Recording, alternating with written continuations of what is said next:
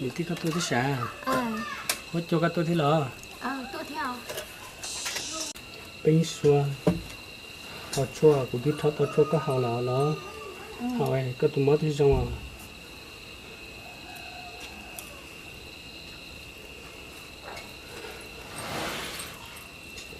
Này, cô nói trong đi, cô tôi mới ít nói nhảm một lần rồi rồi.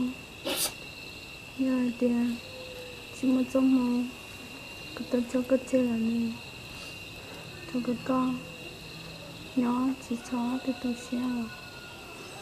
Bên xua. Có sẽ hại đi con. Cô yêu chú không có tao con xưa, lần thôi cũng như xưa. Bên xua. Có sẽ hại đi con. Cái gì đó, cái gì chủ trong xe nè. Có bà ba kìa. Cái sao hại đi à, cái gì chùa, cái gì chủ trong xe. Cô cha con bà lý cha. Ê có sẽ hại lên đàn bên xua. Cô ba kìa. Cô lúc con bà lý cha. Mình bạn说của trong mình chỉ theo Chỉ cho em bên cho các tôi lo. nhà tôi Rồi. Bên xua. mình chỉ phát qua Có cha cô kìa. Ê cô nhớ lý cha. Nè, chị cứ tôi mới chỉ cho trên lọ. Sao đi có bên xua. Có một sai thế nha. Đi sao đang đi thế ai chẳng bao số là sao? Bên xua sao đi đó? Sao đi có cô sẽ chỉ khéo bên xua. Cô mà trả cá hơn thì lúc có đồ. Sao đi có. bạn说ta là có Sao đi có cô sẽ chỉ khéo.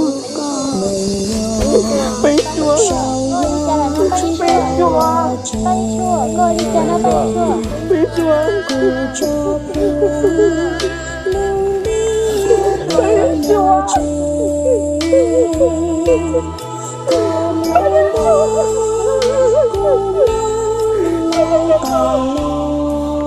说被造的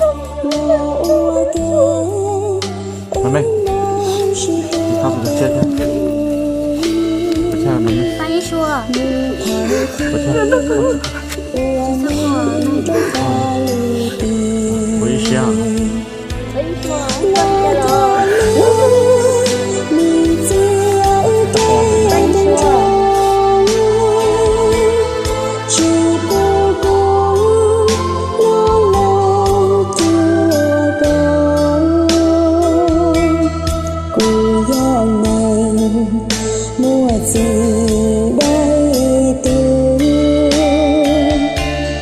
Thì tặng